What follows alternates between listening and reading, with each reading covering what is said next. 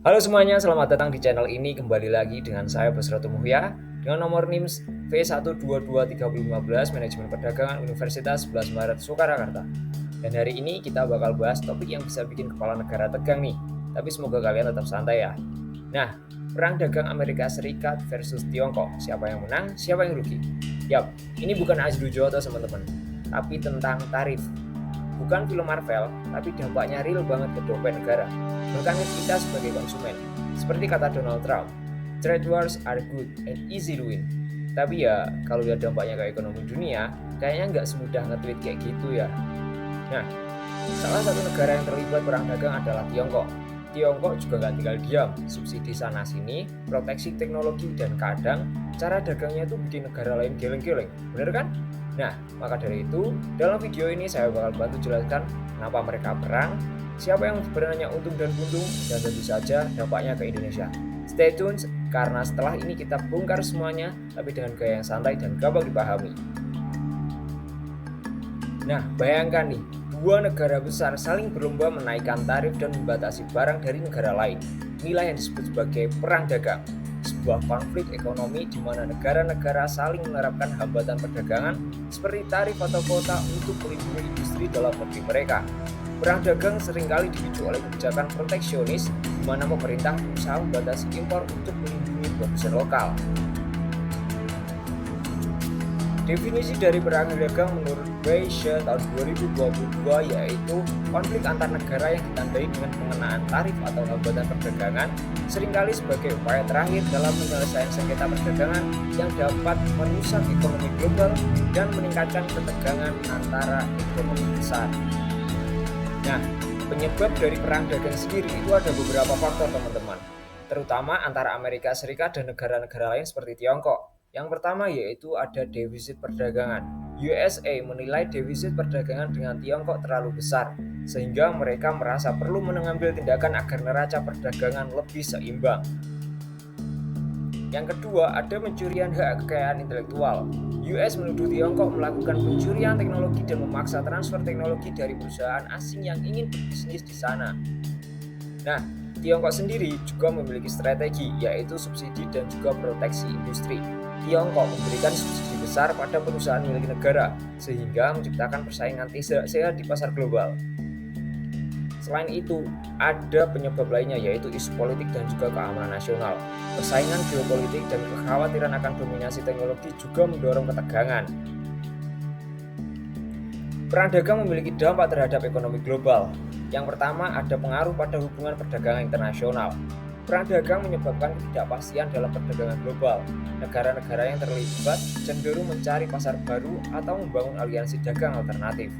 Akibatnya, pola perdagangan dunia berubah dan rantai pasokan global terganggu. Data dari IMF memperkirakan perang dagang menurunkan pertumbuhan proyeksi ekonomi global hingga 0,8% pada tahun 2019 dan pada tahun 2025 pertumbuhan global diproyeksi hanya 2,3%, terendah sejak tahun 1960-an. Tidak hanya dampak negatif, tapi perang dagang juga memiliki dampak positif, yaitu yang pertama ada proteksi industri kosmetik, yang kedua ada meningkatkan daya tawar, dan yang ketiga yaitu diversifikasi pasar ekspor. Namun, beberapa dampak negatif yang terlihat yaitu perlambatan pertumbuhan ekonomi global, adanya harga barang naik, inflasi meningkat, dan juga gangguan rantai pasok serta investasi yang menurun. Nah, kali ini kita akan membahas dampak terhadap perekonomian Indonesia. Dampak langsung dirasakan yaitu yang pertama ada ekspor ke USA dan Tiongkok. Tarif tinggi membuat ekspor Indonesia ke kedua negara tersebut menurun, terutama pada produk seperti minyak sawit dan komponen otomotif.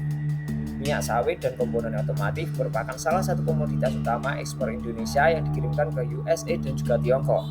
Yang kedua yaitu pengaruh dampak langsung di bidang nilai tukar dan juga pasar modal. Rupiah terlihat melemah terhadap dolar US dan indeks saham mengalami volatilitas karena investor mencari aset yang lebih aman. Nah, selain itu ada dampak tidak langsung dari perang dagang antara US dan juga Tiongkok. Dampak terhadap ekonomi Indonesia yang pertama yaitu pelemahan ekonomi Tiongkok.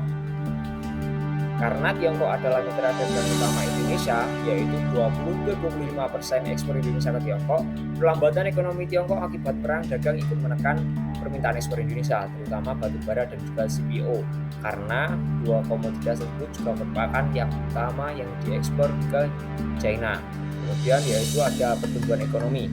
Proyeksi pertumbuhan ekonomi Indonesia tahun 2025 turun menjadi 4,7 hingga 4,9% akibat kombinasi tarif USA dan perlambatan ekonomi Tiongkok.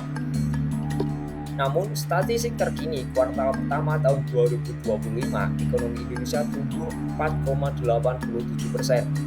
Setiap penurunan 1% pertumbuhan ekonomi Tiongkok dapat menurunkan pertumbuhan ekonomi Indonesia sekitar kurang dari 1 atau mungkin lebih tepatnya bisa dibilang 0,1%. Nah, perang dagang antara USA dan negara-negara lain khususnya Tiongkok telah membawa dampak besar bagi ekonomi dunia dan Indonesia. Meski ada peluang untuk memperkuat industri lokal, risiko perlambatan ekonomi, rantai pasok, dan kenaikan harga barang menjadi tantangan yang nyata. Ke depan, jika barang dagang terus berlanjut, Indonesia perlu memperluas pasar domestik, mencari pasar ekspor baru, dan juga meningkatkan daya saing produk lokal. Sinergi kebijakan fiskal dan moneter sangat penting agar ekonomi tetap stabil di tengah ketidakpastian global. Perang dagang adalah tantangan, tapi juga peluang bagi Indonesia untuk bertransformasi dan memperkuat ketahanan ekonomi nasional. Nah, itu dia pembahasan kita tentang perang dagang USA versus Tiongkok. Konflik yang kelihatannya jauh di sana, tapi sebenarnya bisa berdampak sampai ke isi dompet kita yang ada di sini. Intinya, dalam perang dagang, nggak selalu ada pemenang sejati. Kadang dua-duanya rugi, dan negara lain, termasuk Indonesia, ikut terdampak. Makanya, penting buat kita semua melek isu global, biar nggak gampang bingung kalau harga naik atau ekonomi lagi goyang. Sampai jumpa di video selanjutnya dengan saya Musbah Mulia dengan NIM P1223015 Manajemen Perdagangan Universitas 11 Maret Surakarta. Pamit dulu. Terima kasih dan sampai jumpa.